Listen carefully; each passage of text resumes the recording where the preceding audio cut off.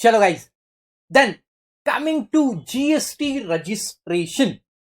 अब बड़े छोटे छोटे चेंजेस है और मजेदार है, कुछ खास कठिन नहीं, फटाफट आपको समझ जाएगा। बड़े टैलेंटेड लोग हैं, talented teacher, okay, talented students of talented.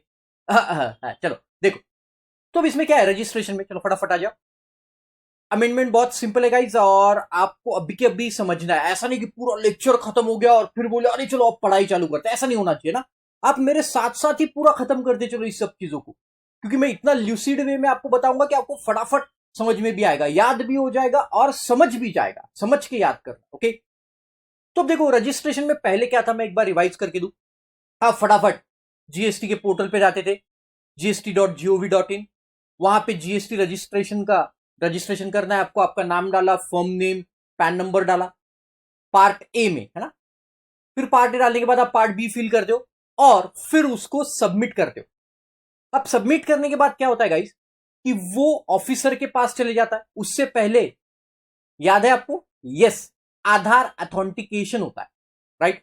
तो आधार अथेंटिकेशन का एक ईमेल आपके मेल पे आ जाएगा, लिंक आएगी, वो लिंक को आपको क्लिक करना पड़ता है।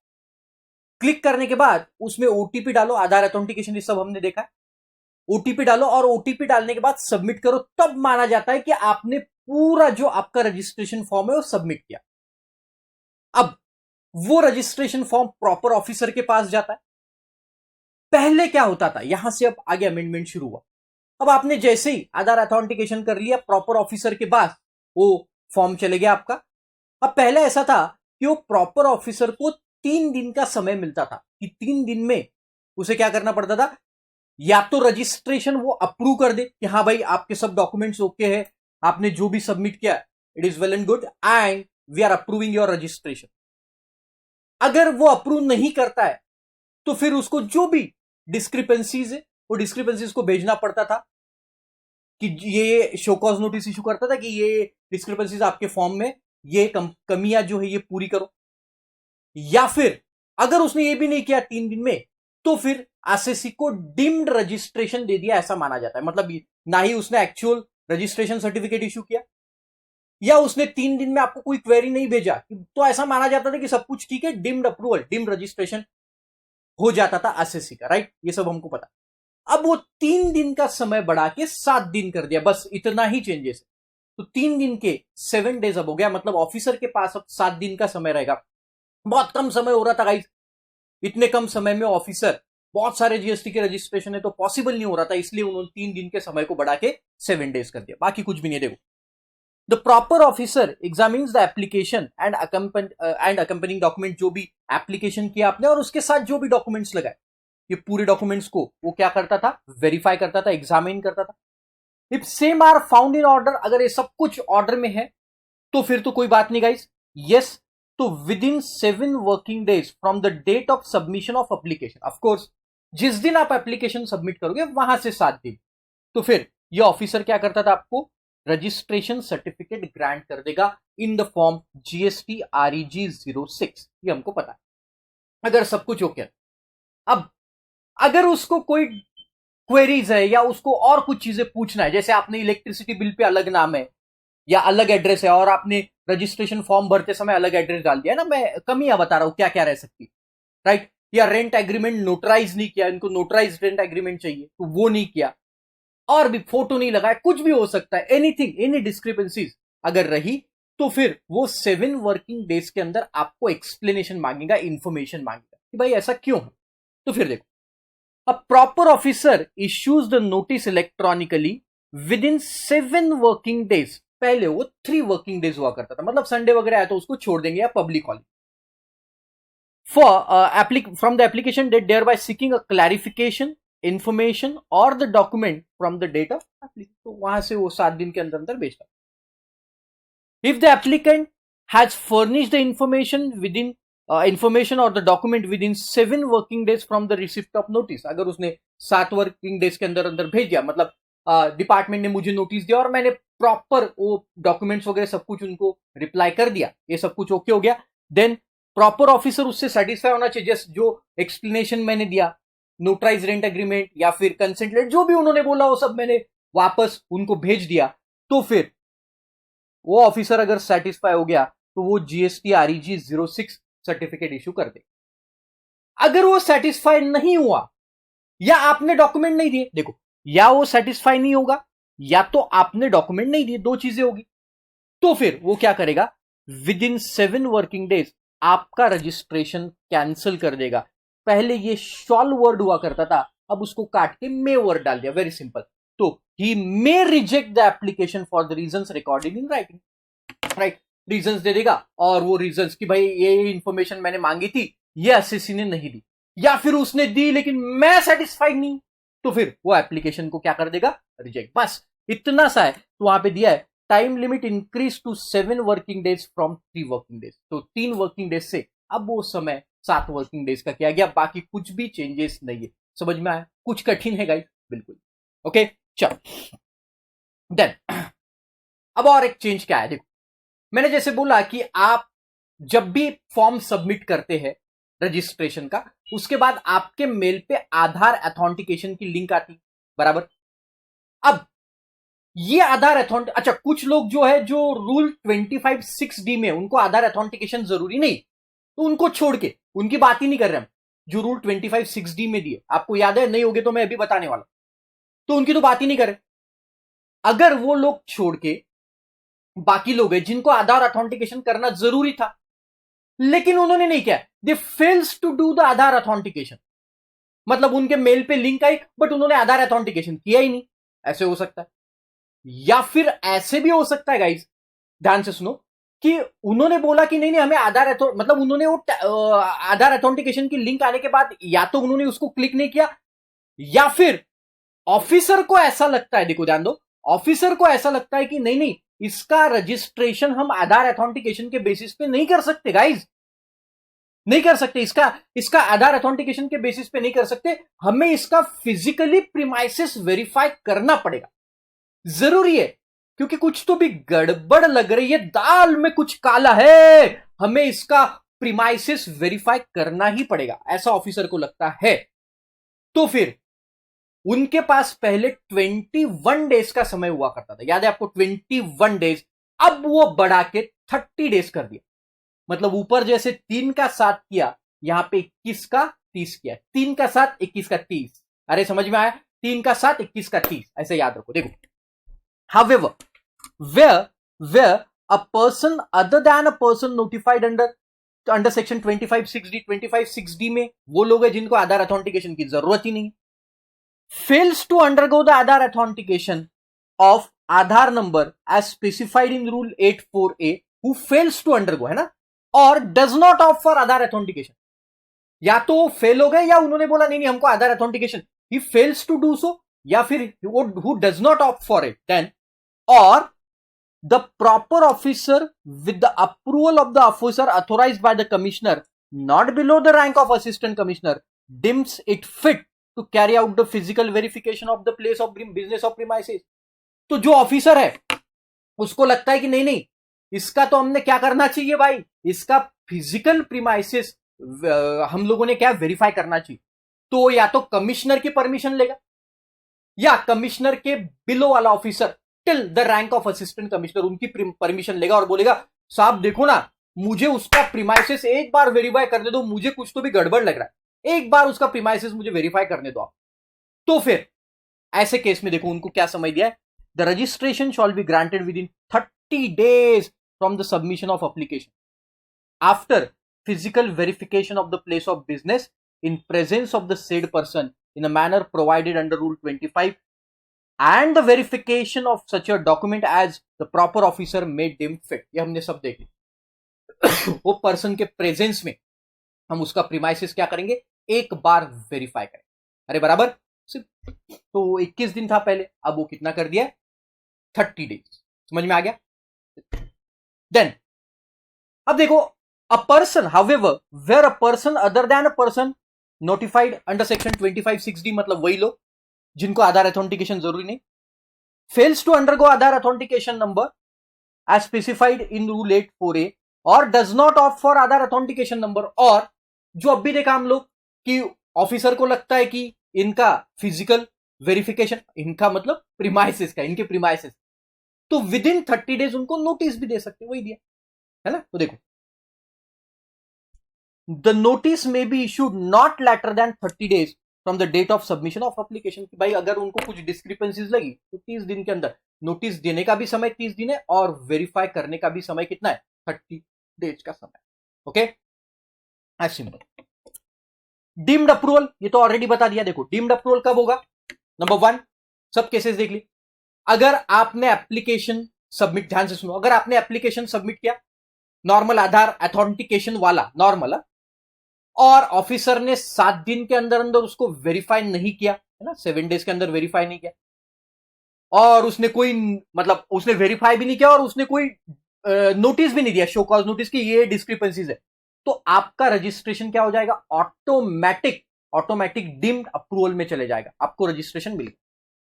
या फिर क्या होगा कि उसने आपको विद इन 7 डेज बोला कि भाई ये डिस्क्रिपेंसीज है, इसको सॉल्व करो, अब आपने उसका रिप्लाई दे दिया, है ना, आप बड़े प्रॉम्प्ट हो, आपने रिप्लाई दे दिया, विद इन 7 वर्किंग डेज आपने रिप्लाई दे दिया, उसने 7 दिन के अंदर नोटिस दिया, वो नोटिस जब आपको मिला वहां से 7 दिन के अंदर अंदर आपने रिप्लाई दिया, बट फिर उसके बाद भी उसने कोई एक्शन नहीं लिया, ऐसा हो सकता है उसके बाद उसने कोई एक्शन नहीं लिया, तो फिर भी आपका 7 दिन के अंदर, मतलब जब आपने रिप्लाई किया उसके 7 डेज में आपका रजिस्ट्रेशन क्या हो जाएगा, ऑटोमेटिक डीम्ड अप्रूवल हो जाएगा।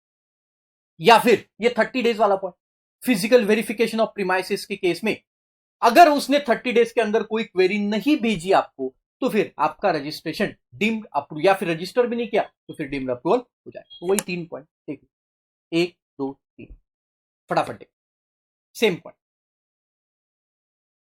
जमता, फास्ट देख, कितना सिंपल है। Then Aadhaar authentication is not required in following cases. तो ऐसे कौन से केसेस है जो 25(6)(d) में है, कौन से ऐसे लोग हैं जिनको आधार अथॉन्टिकेशन की जरूरत नहीं है, मतलब इनके मोबाइल ईमेल पे लिंक नहीं आती है और इनको आधार अथॉन्टिकेशन की जरूरत नहीं, कौन कौन है ऐसे, देखो, in the exercise of powers conferred by section 25(6)(d) while applying for registration, Aadhaar authentication is not required for a person who is not a citizen of India. अगर कोई पर्सन एंजेलिना जोली, उसको अगर India में registration लेना है तो उसको आधार authentication की जरूरत नहीं, not a citizen of India. A department और the establishment of central government और स्टेट गवर्नमेंट, पुलिस डिपार्टमेंट है, स्टेट गवर्नमेंट का एस्टैब्लिशमेंट, सेंट्रल गवर्नमेंट का कोई एस्टैब्लिशमेंट है ना, तो उनको आधार अथॉन्टिकेशन की जरूरत है। लोकल अथॉरिटी जैसे हर शहर में होती है, हमारे नागपुर में नागपुर मच्छर मारने म्युनिसिपल कॉर्पोरेशन, उनको जरूरत नहीं। देन अ स्टैट्यूटरी बॉडीज, कुछ स्टैट्यूटरी बॉडी LICs वगैरह होती, पब्लिक सेक्टर अंडरटेकिंग PSUs, उनको भी जरूरत नहीं। And a person applying for unique identification number like UNO वगैरह हमने देखा है, तो ये लोगों को आधार अथॉन्टिकेशन की जरूरत है। इसको इंपॉर्टेंट मार्क करो, एक आध बार एग्जाम में आने के चांसेस है। ओके, तो इन लोगों को आधार अथॉन्टिकेशन की जरूरत नहीं। वेरी सिंपल, 6 पॉइंट्स है, फटाफट देख लो अभी के अभी। Citizen of India, departments of central और state government, local authority, statutory bodies है, PSUs, और अ पर्सन जिनको यूनिक आइडेंटिफिकेशन नंबर रिक्वायर्ड, उनको आधार अथॉन्टिकेशन की जरूरत नहीं। Okay, then registration to be cancelled in certain cases. कुछ केसेस ऐसे हैं गाइस जिनके केस में अब रजिस्ट्रेशन कैंसिल किया जाएगा। तो ऐसे कौन से केसेस है registration to be cancelled in certain cases? Rule 21 में दिए, बहुत ही सिंपल है, चलो मैं एक एक करके आपको समझाता हूं, बहुत ही सिंपल।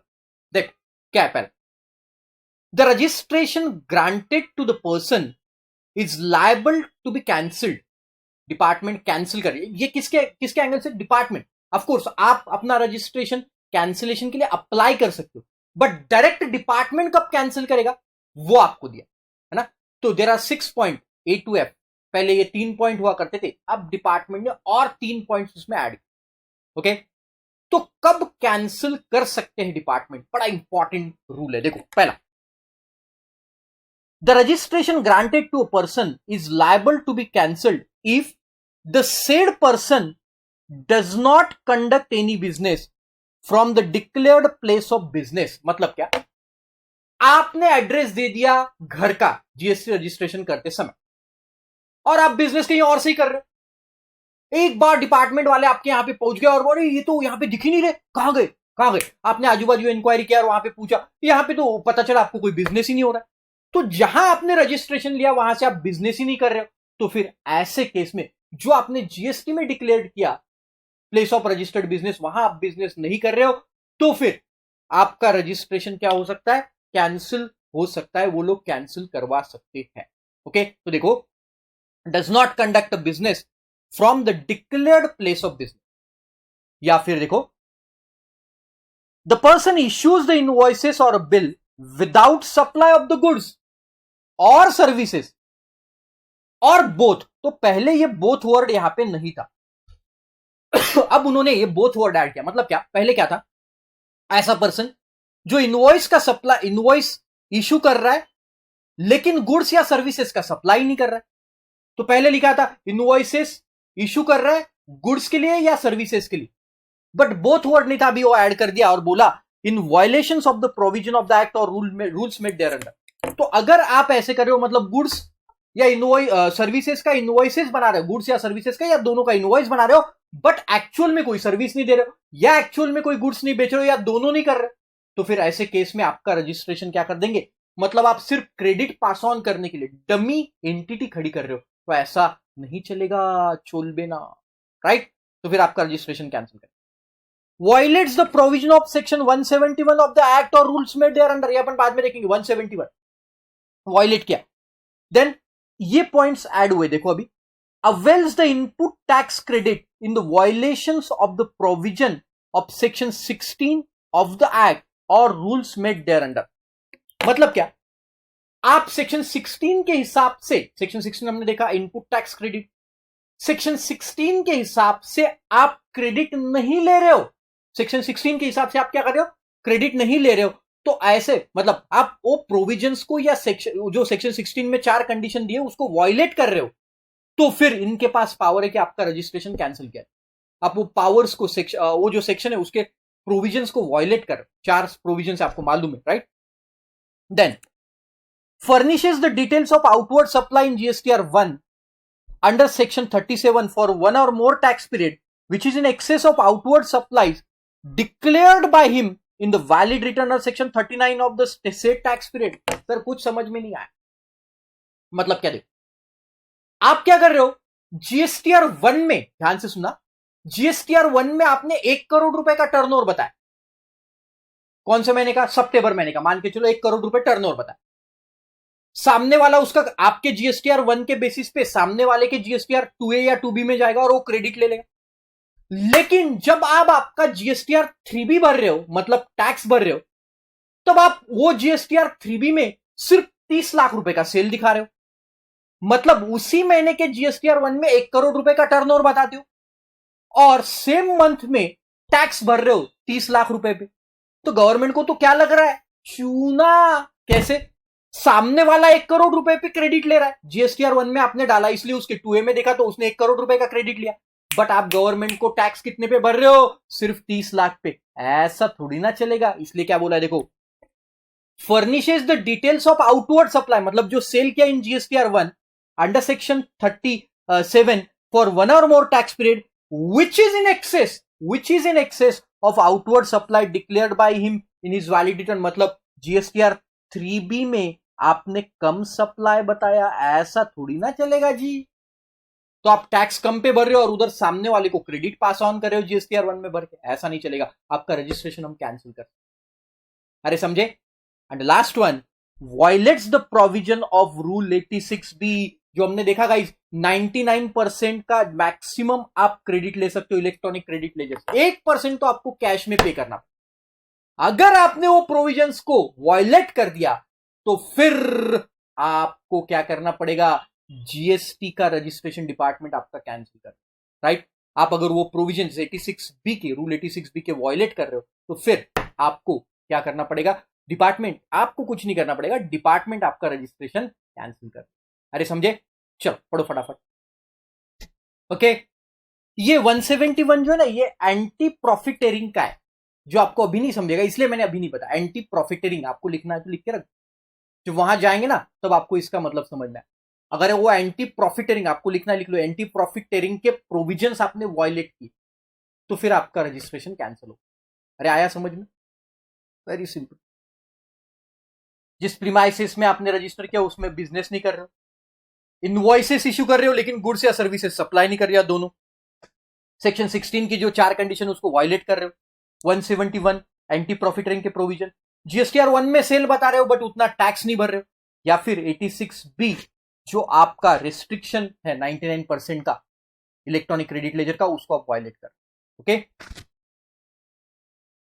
देन नेक्स्ट आ जाओ guys, suspension of registration. Suspension, अब इसका मतलब क्या, पहले समझ लो इसको, है ना, बहुत सिंपल है, 2 मिनट में समझा। सस्पेंशन क्या होता है? जैसे आपने सुना होगा, देखो किसी की नौकरी सस्पेंड कर दी, वैसे ये रजिस्ट्रेशन सस्पेंड। अब क्या है, बहुत सिंपल है। देखो क्या होता है कि मान के चलो पहले डिपार्टमेंट ने आप या आप पहले आपने कोई बिजनेस बंद किया और आपने रजिस्ट्रेशन के कैंसिलेशन का फॉर्म भर दिया कि भाई, डिपार्टमेंट को बोला कि मुझे रजिस्ट्रेशन जीएसटी का कैंसिल कर।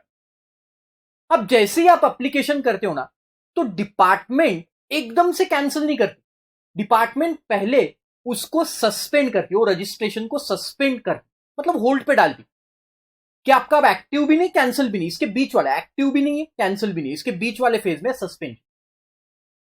फिर डॉक्यूमेंट्स चेक करेगी डिपार्टमेंट, उन्होंने सच में क्यों कैंसिल कर रहा है, क्या रीजन है क्या नहीं, चेक करेगी और फिर कैंसिलेशन ऑर्डर दे देते हैं। तो एकदम से कैंसिल नहीं करते, पहले सस्पेंशन के मोड में डालते। या फिर डिपार्टमेंट आपको नोटिस भेजेगा क्यों ना आपका रजिस्ट्रेशन कैंसिल किया जाए। जैसे हम लोगों ने देखा है कैंसिलेशन अभी, कि कैंसिलेशन डिपार्टमेंट सुओ मोटो भी कर सकता है। तो डिपार्टमेंट आपको पूछे, डिपार्टमेंट आपको क्या करेगा, कैंसिलेशन के लिए नोटिस देगा कि क्यों ना आपका रजिस्ट्रेशन कैंसिल किया जाए। तो एकदम से कैंसिल नहीं करता है। देखो मैंने क्या बोला, क्यों ना आपका रजिस्ट्रेशन कैंसिल किया जाए, इसी को तो सस्पेंशन बोलते हैं। कैंसिल नहीं किया, होल्ड पे डाला है, सस्पेंशन पे रखा है, सस्पेंशन, कैंसिल नहीं किया, सस्पेंड किया है, सस्पेंड किया है। और बाद में आपसे रिप्लाई मांगेगा और रिप्लाई मांगने के बाद फिर वो कैंसिल करेगा, सस्पेंड रजिस्ट्रेशन को कैंसिल करेगा। तो पहले आप एप्लीकेशन कर रहे हो कैंसिलेशन का, तो भी पहले सस्पेंड पे आएगा, डॉक्यूमेंट्स चेक होने के बाद कैंसिल होगा, या फिर डिपार्टमेंट नोटिस दे रहा है तो भी सेम चीज होगी। अरे समझ में आया? यस। अब देख क्या हो रहा था कि डिपार्टमेंट ने आपको नोटिस दिया कि भाई क्यों ना आपका रजिस्ट्रेशन कैंसिल किया जाए, इसका ही मतलब सस्पेंड पे डाला है ना। तो आपको पहले ही एक बार अपॉर्चुनिटी ऑफ बीइंग हर्ड दी जा रही। अब प्रोविजन में क्या था कि वो सस्पेंड किया है तब भी आपको एक बार अपॉर्चुनिटी ऑफ हर्ड दे। अरे 2 बार अपॉर्चुनिटी ऑफ हियरिंग की क्या जरूरत है, एक बार दे दिया ना भाई। आपको ध्यान से सुनो, डिपार्टमेंट ने आपको नोटिस इशू किया, मैं डिपार्टमेंट हूं, मैंने आपको नोटिस इशू किया, इसका ही मतलब मैं आपको डायरेक्ट कैंसिल नहीं कर रहा हूं आपका रजिस्ट्रेशन। इसका ही मतलब क्या हुआ कि मैंने आपको अपॉर्चुनिटी ऑफ बीइंग हर्ड दिया, आपका रजिस्ट्रेशन सस्पेंड किया है, कैंसिल नहीं किया है। तो और एक बार आपको अपॉर्चुनिटी ऑफ बीइंग हर्ड देने की कोई जरूरत नहीं थी। तो वो एक्स्ट्रा वहां पे दिया था, इसलिए वहां पे वो वर्ड्स को काट दिया, बाकी कोई अमेंडमेंट नहीं। देखो 21A सबसेक्शन 2 में क्या दिया है ना। अपन पहले पूरा रूल देखने से अच्छा ये 21A2 देख लेते। देखो क्या जहां पे कट हुआ, where the proper officer has reason to believe that the registration of a person is liable to be cancelled under section 29, और लायबल टू बी कैंसल्ड मतलब डिपार्टमेंट बोलता है कि जिसका रजिस्ट्रेशन हमें कैंसिल करना है, और अंडर रूल 21 ही में, आगे देखते हैं, ही में suspend the registration of such a person with the effect from the date terminated by him pending for completion proceeding for the cancellation of pending for cancellation। अभी तक कैंसिल नहीं हुआ है, पहले उसके बीच में भी क्या होता था, अपॉर्चुनिटी ऑफ बीइंग हर्ड दी जाती थी, अब इसको निकाल। अरे समझे, प्रोसीजरियल अमेंडमेंट है, कोई खास काम का नहीं। तो 2 बार अरे सस्पेंड किया, इसका ही मतलब आपको क्या दिया, अपॉर्चुनिटी ऑफ बीइंग हर्ड दिया है। तो सस्पेंड करने के लिए अलग से अपॉर्चुनिटी ऑफ बीइंग हर्ड का कोई काम नहीं। तो इसलिए giving power the proper officer to suspend the registration without being giving an opportunity of, तो अब सस्पेंड करने के लिए उनको कोई अपॉर्चुनिटी ऑफ बीइंग हर्ट की जरूरत नहीं। ओके, अब देखते हैं ये 2A नया ऐड हुआ, पहले ये नहीं था, ये एडिशन हुआ है, एडिशन। तो किस में ऐड हुआ, देखो हम क्या देख रहे हैं अभी, सस्पेंशन ऑफ रजिस्ट्रेशन। तो कब आपका रजिस्ट्रेशन सस्पेंड कर सकते, तो देखो मैं पहले समझा दे, देखो अब ये क्या करेंगे डिपार्टमेंट वाले, आपका जीएसटीआर 1 देखेंगे कि आपने कितना सप्लाई बताया, फिर आपका जीएसटीआर 3B देखेंगे कि क्या वो सप्लाई जितना बताया उतना ही आपने 3B में भरा, फिर आपके सप्लायर का जीएसटीआर 1 देखेंगे, सप्लायर ने जो जीएसटीआर 1 में भरा उतना ही आपके 2A में आया। तो ये तीनों जीएसटीआर 1 आपका, आपका जीएसटीआर 2A, आपका जीएसटीआर 3B, इन तीनों को कंपेयर करेंगे एक दूसरे के साथ और चेक करेंगे कोई कॉन्ट्रावेंशन तो नहीं, मतलब कोई गलतियां तो इन्होंने नहीं की जानबूझ के, या कोई एनेमोलीज तो नहीं है, मतलब कोई आपने गड़बड़ तो नहीं किया। अगर वो गड़बड़ पाई गई, आपके कॉन्ट्राडिक्शन दिख रहा है, जीएसटीआर 1 में कुछ अलग दिख रहा है, 3B में कुछ अलग, जीएसटीआर 2A 2B में अलग क्रेडिट दिख रहा है, तो फिर वो आपके ऊपर क्या कर देंगे गाइस, वो आपको सस्पेंड, क्यों ना आपका रजिस्ट्रेशन सस्पेंड किया जाए, ये नोटिस भेज, राइट, वही वहां पे लिखा है, देखो where a comparison of return, देखो कंपैरिजन किस किस का, GSTR 3B furnished by a registered person under section 39 with the details of outward supplies furnished by GSTR 1, ये दोनों को, and the inward supplies delivered on the basis of details of outward supply by his supplier, उसके supplier ने जो GSTR 1 भरा उसके base, मतलब हमारे 2A में दिखेगा। तो ये सब का निचोड़ करेंगे और उसमें कोई एनोमलीज पाई गई, कॉन्ट्राडिक्शन पाया गया, तो फिर आपका रजिस्ट्रेशन कैंसिल करेंगे, देखो सस्पेंड करेंगे पहले, or such other analysis as may be carried out on the recommendation of the council show that there are significant differences or anomalies indicating the contravention of the provision of the act or rules made thereunder leading to cancellation of registration of such a person, जिसके हमें लगता है कि इसका registration cancel किया जाए, his registration shall be suspended and the said person shall be intimated electronically on a common portal by sending the communication on email address highlighting the differences and anomalies, asking him to explain within 30 days why his registration should not be cancelled। पूछेंगे उसको कि तेरा registration 30 दिन में क्यों ना cancel किया जाए भाई, क्योंकि ये जीएसटीआर 1 में तेरे, जीएसटीआर 3B में, जीएसटीआर 2A में कॉन्ट्राडिक्शन दिख रहा है यार। तेरे ईमेल पे एक नोटिस भेजेंगे, बोलेंगे भाई तेरा रजिस्ट्रेशन क्यों ना कैंसिल किया जाए, पहले तो सस्पेंड पे डाल देंगे, क्यों ना कैंसिल किया जाए, 30 डेज में हमको रिप्लाई दे। अरे समझ में आया। देन ये 2A जो इंसर्ट हुआ, बहुत सिंपल पॉइंट है, कहां कहां इंसर्ट हुआ मैं आपको बता देता हूं। ये जहां जहां 21(2) था उसके साथ 21(2A) भी ऐड हो गया, और 21(2A) हमने अभी देखा क्या चीज है 21(2A), ये एडिशन वाला पॉइंट, इनके जीएसटीआर 1, जीएसटीआर 3B और 2A 2B इसमें एनोमलीज पाई गई, कॉन्ट्राडिक्शन पाया गया, तो फिर इनका रजिस्ट्रेशन क्या कर देंगे, सस्पेंड कर देंगे। फिर एक 3A पॉइंट ऐड हुआ, मतलब 21(3A), 21(2A) ऐड हुआ, यहां पे हमने देखा 21(2A) ऐड हुआ, यहां पे सॉरी 21(2A), 21(A)(2A) और यहां पे 21(A)(3A), ऐसे दो पॉइंट ऐड। तो अब इसमें क्या बोला, बहुत simple, a registered person whose registration has been suspended, जिसका रजिस्ट्रेशन सस्पेंड हुआ रूल 2 में या फिर रूल 2A में, जो हमने देखा, या ये रूल 2 में या फिर रूल 2A में, जिनका रजिस्ट्रेशन सस्पेंड हो चुका है उनके रिफंड पे भी रोक लगा देंगे। देखो, shawl not be granted any refund under rule 54, under section 54। तो अगर आपका रजिस्ट्रेशन सस्पेंड हुआ है तो आपको कोई रिफंड नहीं दिया जाए, डिपार्टमेंट से रिफंड रोका जाए, बहुत सिंपल। तो ये 3A भी ऐड हो, तो ये दो सेक्शन ऐड। और फिर जहां जहां जैसा ये रिवोकेशन ऑफ सस्पेंशन है उसमें 21(2A) 1 था पहले 2, और इसके साथ साथ 2 ऐड है ना। Provided that the suspension of registration under this sub rule may be revoked service by the proper officer any time during the pendency of the proceeding of cancellation. तो अगर ऑफिसर को लगता है कि भाई कोई पेंडेंसी मतलब ये सस्पेंड कर दिया है और उसके बीच में लगता है नहीं यार हमने गलती से सस्पेंड कर दिया, ये जो असेसी है अच्छा असेसी है, सही है, अच्छे से काम कर रहा है, तो फिर वो कभी भी वो सस्पेंशन को रिवोक कर सकता है, हटा सकता है। सिंपल। कुछ कठिन है? बोलो फटाफट। कितना सिंपल है, right. Then revocation of cancellation of certificate, मतलब क्या कि अगर कोई ऑफिसर ने आपका रजिस्ट्रेशन कैंसिल कर दिया, अगर कोई ऑफिसर ने आपका रजिस्ट्रेशन कैंसिल कर दिया, तो फिर आप वो ऑफिसर को विद इन 30 डेज एप्लीकेशन कर सकते हो, साहब मेरी गलती नहीं है, आप बात को समझिए, मैं आपको एक्सप्लेन करता हूं कि मेरी गलती क्यों नहीं है। तो विद इन 30 डेज आप उसके पास में जाओ और उसको बोलो, क्योंकि एक बार रजिस्ट्रेशन कैंसिल हो गया ना तो सभी चीजें चलेगी। आप जो रिटर्न भरेंगे सामने वाले को उसका क्रेडिट नहीं मिलेगा, आपने जो परचेस किया उसको उसके ऊपर आपको क्रेडिट नहीं मिलेगा, तो सब चीजें रुक जाएगी।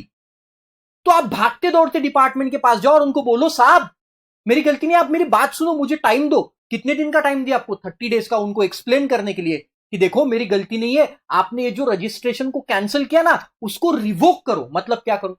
किस डिपार्टमेंट ने रजिस्ट्रेशन कैंसिल किया, रिवोक करना मतलब वो ऑर्डर को कैंसिल करो और मेरा रजिस्ट्रेशन वापस जिंदा करो। जो आपने रजिस्ट्रेशन कैंसिल किया उसको रिवोक करो, और मेरा रिवोक मतलब वो ऑर्डर को खत्म करो, कैंसिल करो और मेरा रजिस्ट्रेशन वापस अलाइव करो। ओके, तो देखो, subject to such a condition as may be prescribed, any registered person whose registration is cancelled by the proper officer, registration cancel किया, on his own motion may be applied to such a officer for revocation of cancellation of registration, revocation of cancellation, cancel जो किया उसका revocation in a period prescribed within 30 days from the date of service of cancellation order. Cancellation order जिस दिन पास किया वहां से 30 दिन के अंदर अंदर, कैंसिलेशन ऑर्डर के 30 दिन के अंदर अंदर आपको एप्लीकेशन करना पड़ेगा। अब इसका समय बढ़ा दिया है थोड़ा, तो अगर आपसे कुछ टाइम पीरियड मतलब 30 दिन में आप नहीं कर पाए, लेकिन फिर भी जेन्युइन रीजन है आपके पास, आपने रिवोकेशन के लिए एप्लीकेशन नहीं किया लेकिन आपके पास जेन्युइन रीजन है, तो देखो, हाउएवर सच अ पीरियड में on sufficient cause being shown, आपके पास जेन्युइन रीजन है, and for the reasons being recorded in writing extended by किससे? एडिशनल कमिश्नर और joint commissioner for further 30 days, मतलब ओरिजिनल 30 डेज आपके पास थे उसमें आप नहीं कर पाए, तो आपके पास, और आप किसको एप्लीकेशन करो? एडिशनल और ज्वाइंट कमिश्नर को, और उनको बोलो कि देखो साहब जेन्युइन रीजन था, मैं जेल में बंद था ड्रग्स के केस में, कैसे करता आर्यन खान, तो इसलिए नहीं कर पाया भाई, मुझे टाइम दो और 30 डेज का तो दे दे। वो 30 डेज भी निकल गए, मतलब ओरिजिनल 30 डेज निकल गए, ये 30 डेज निकल गए, तो फिर आप कमिश्नर के पास और जा सकते हो, फर्दर 30 डेज का एक्सटेंशन आपको मिल जाएगा, मतलब ओरिजिनल 30, एडिशनल ज्वाइंट कमिश्नर के 30 और ये 30, तो ऐसे आपको और मिल सकते हैं। देखो पढ़ लो,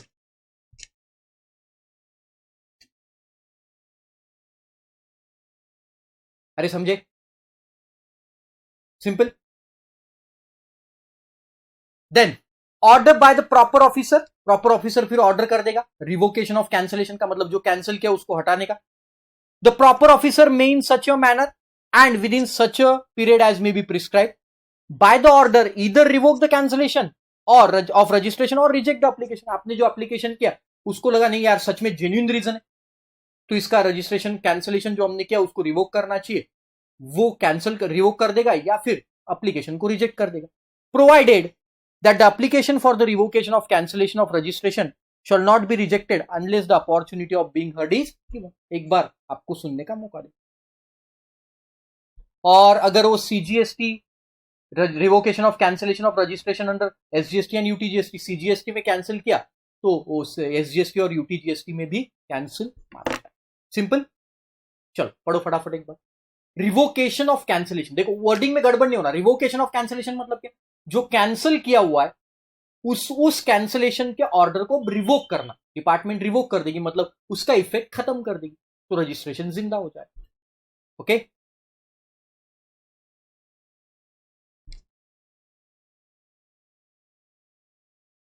चलो देन एक टीडीएस में छोटा सा अमेंडमेंट है, सर्टिफिकेट ऑफ टीडीएस का। देखो क्या होता था, जो टीडीएस डिडक्टर है, ध्यान से सुनो, जो टीडीएस डिडक्टर है, जैसे आपको मालूम है 2.5 लाख की वैल्यू के ऊपर गया तो ही टीडीएस डिडक्ट करना पड़ता है गवर्नमेंट डिपार्टमेंट को, याद है आपको। अब जैसे गवर्नमेंट डिपार्टमेंट ने कोई टीडीएस डिडक्ट किया, अब वो उसका जीएसटीआर 7 भर के, ध्यान से सुनो, जीएसटीआर 7 भर के वो टीडीएस भर देता था। जैसे आप सप्लायर हो, मैं गवर्नमेंट हूं, मैंने आपका टीडीएस काटा, मैं मेरे जीएसटीआर 7 में भर दूंगा और आपके जीएसटीआर 2A 2B में वो दिख जाएगा और आप उसका कैश लेजर में दिख के आप उसका क्रेडिट ले सकते हो, है ना। वो टीडीएस का क्रेडिट आप ले लेते थे कैश लेजर से। अब गवर्नमेंट ने एक प्रोविजन डाला था कि मैं जो डिडक्टर हूं, मुझे विद इन 5 डेज, जिस दिन मैंने वो गवर्नमेंट को अमाउंट भरा, आपका टीडीएस काटा मैंने, जैसे 4 लाख रुपए पे एग्जाम्पल मैंने 4,000 रुपए टीडीएस काटा और उसको गवर्नमेंट को भरा मैंने, वो जिस दिन मैं भरूंगा, क्रेडिट करूंगा, उसके 5 दिन के अंदर अंदर मुझे आपको एक सर्टिफिकेट देना पड़ता था। और अगर वो सर्टिफिकेट मैं नहीं देता था आपको, मतलब मैं डिडक्टर हूं, मैं डिडक्टी को अगर वो सर्टिफिकेट नहीं देता था कि मैंने आपका इतना इतना टीडीएस काटा, तो उसके ऊपर वो लेट फी लगा रहे थे। और लेट फी कितनी देखो, लेट फी लगा रहे थे 100 rupees per day, maximum up to 5,000, इतनी मुझे लेट फी लगा रहे थे। तो इसका कोई काम ही नहीं था सर्टिफिकेट देने का, क्योंकि सब कुछ ऑनलाइन है भाई। मैंने टीडीएस काटा और मैंने आप रिटर्न भर दिया जीएसटीआर 7, तो आपको तो दिख रहा है ना उधर, आप उसका क्रेडिट ले रहे थे, तो इसका कोई काम ही नहीं था। तो उनके अभी दिमाग में आया और उन्होंने वो जो सर्टिफिकेट वाला फेल्स टू फर्निश सर्टिफिकेट में जो ये सब कुछ लेट फी वगैरह थी, इस पॉइंट को काट दिया, बस इतना लिख दिया, देखो certificate of TDS, certificate of TDS, certificate of tax deduction at source shall be issued in such a form and manner as may be, बस आप सबमिट कर दो, इतना लिख दिया। तो सर्टिफिकेट तो मैं अब कभी भी सबमिट कर सकता हूं, गवर्नमेंट डिपार्टमेंट जो जिसको टीडीएस काटना है वो कभी भी सबमिट, उनके लिए अब ये पेनल्टी लेट फी वगैरह कुछ भी नहीं जो पहले हुआ करता था, क्योंकि प्रैक्टिकली इसका कुछ काम नहीं था। तो इनके समझ में आ गया। ओके गाइस, बहुत सिंपल अमेंडमेंट है, आपको समझ में आया होगा कि जिस तरीके से मैं बताता हूं, पढ़ाता हूं, तो ये फटाफट आपके समझ में आ जाता है। मेरे साथ साथ ही इसको खत्म करना है, आगे भी आप बहुत सारे देखेंगे, मैं बहुत सारे एग्जाम्पल्स दिया हूं, मेरे साथ साथ इसको खत्म करो। लोग क्या करते हैं, पूरा चलो पूरा खत्म हो गया, अब अमेंडमेंट अपन शुरू, अरे नलायक लोग, सब कुछ तो आपके साथ में, तो अब मेरे साथ ही इनको खत्म करो और इसके ऊपर क्वेश्चन आएंगे, बहुत अच्छे से सॉल्व करना। आई एम श्योर गाइज, जिस तरीके से मैं आपको पढ़ा रहा हूं, आपको इस अमेंडमेंट में कोई डिफिकल्टी नहीं जाएगी। अपडेट्स अगर आपको चाहिए बहुत सारे ऐसे ही, तो आप हमारे चैनल को सब्सक्राइब कर सकते हो और ऐसे अपडेट्स आप हमेशा ले सकते हैं, है ना। चल, thank you so much, all the best.